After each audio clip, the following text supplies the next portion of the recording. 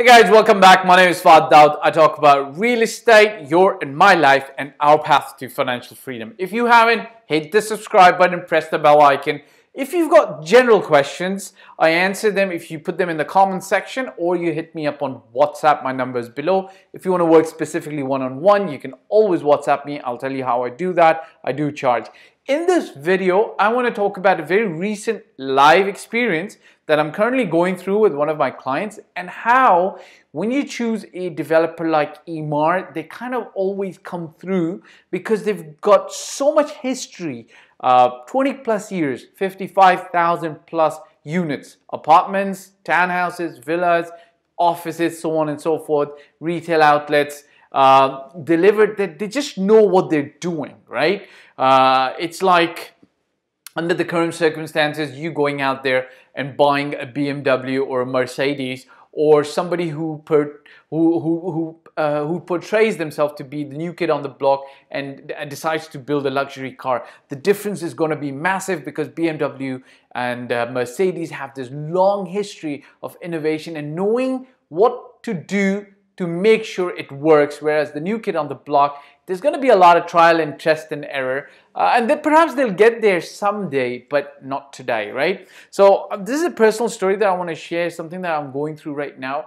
The thing with the reputable, credible developers like EMAAR is, how does the saying go? Whatever it says on the tin can is what you get. So from start to end, you get no surprises whatsoever, right? So you make a booking, you get the reservation form, you get the deposit clearing, you got the sales and purchase agreement. There's no surprises in there. You pretty much don't. I would suggest you always read it, but you don't really have to, unless you want to catch some mistakes in your name spelling or something like that. And you go on through the process, and it's pretty kosher, pretty halal. Everybody knows what they're doing.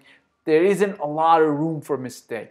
But every now, once in a while, you've got to play ball with the developers who are not like EMAAR, who I'm not going to call them tier 2 because some of these developers are private developers, but they're huge by any standard, right? And this is what I had to do with one of my clients because with this sea outbreak situation, we were in a very strong position to get one of, let's say, a better deal out of them, right? We got like a 25, almost 30% discount. I'm not going to name the developer because we're under strict confidentiality, not to reveal the kind of discount that we've been able to get and negotiate from them, right? But that's not the point of this video. The point I want to make is, even with the sea outbreak, the sales and purchase agreement, I literally had to pull my nails through steel to get it done and get it done right. Okay, there were two critical mistakes when the sales, for those who don't know what the sales and purchase agreement is,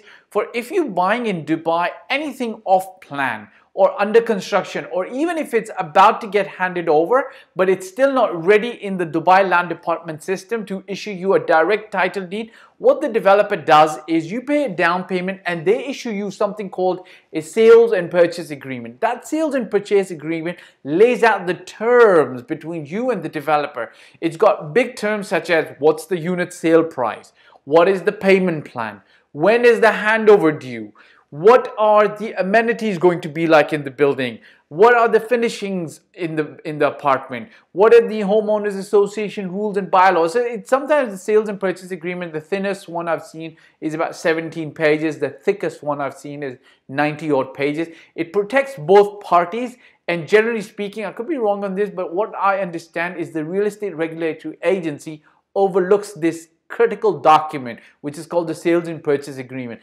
Each developer goes to a law firm, gets its own sales and purchase agreement. They pay up to 1 million dirhams, sometimes even more, to make sure that it's fair. And as every agreement should be, it should be fair, balancing both sides. And the real estate regulatory agency oversees the sales and purchase agreement and approves them. This is my understanding. And that's when the developer, after they make a sale, can release it to you for you to sign, to make it a binding contract between you, the buyer, and them, the seller.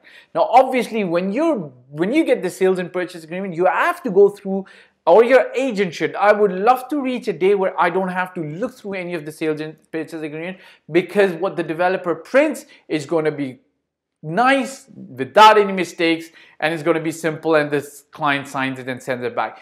This current sales and purchase agreement, now I've got horror stories. I've got horror stories of wrong floor plans being attached into sales and purchase agreement. For instance, we bought an apartment with the maid's room, and the sales and purchase agreement has a floor plan of a 3-bedroom apartment with no maid's room showing, and then I have to point it out to the developer. This is another story, another developer many years ago, and then the developer makes the change, right?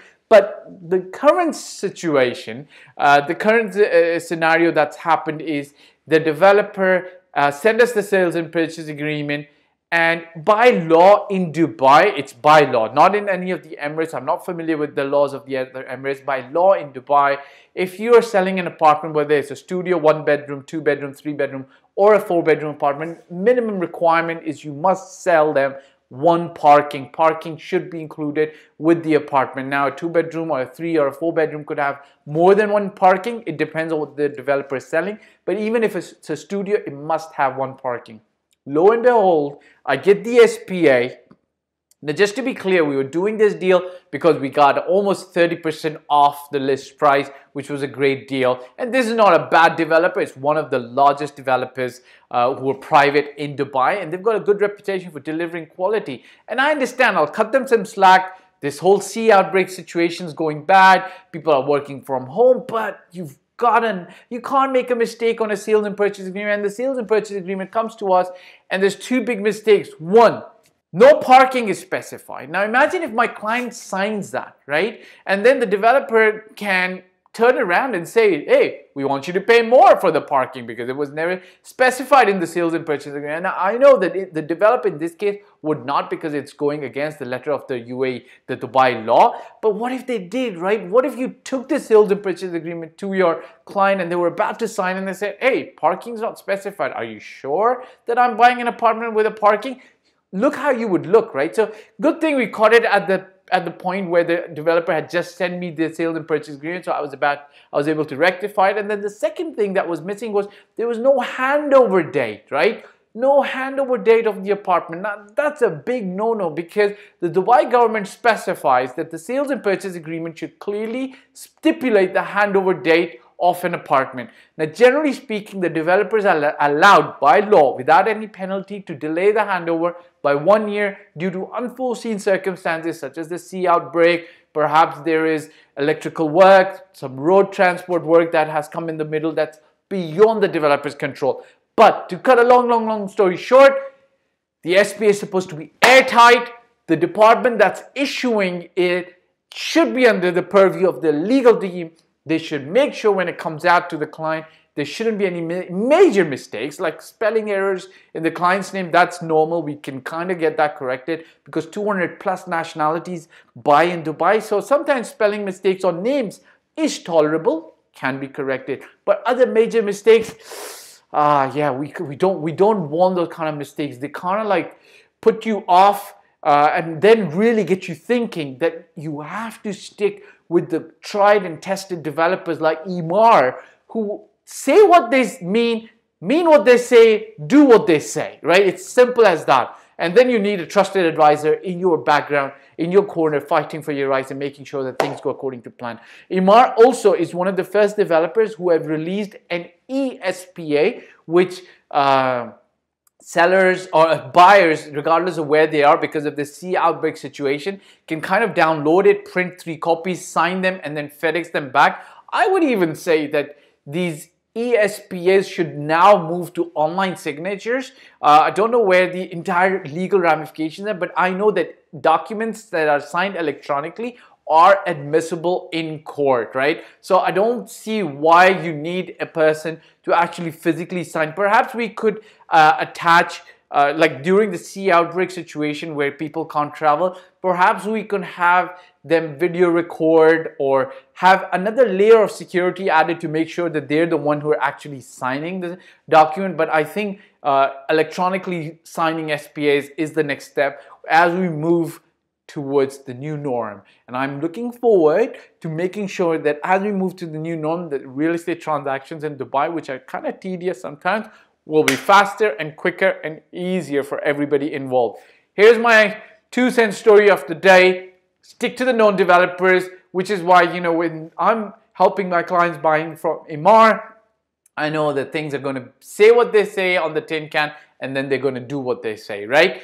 Hit the subscribe button, press the bell icon, hit me up on the other side. You got any questions, you're welcome to WhatsApp me. That's the quickest way for me to respond to you. Check you on the other side. Bye-bye for now.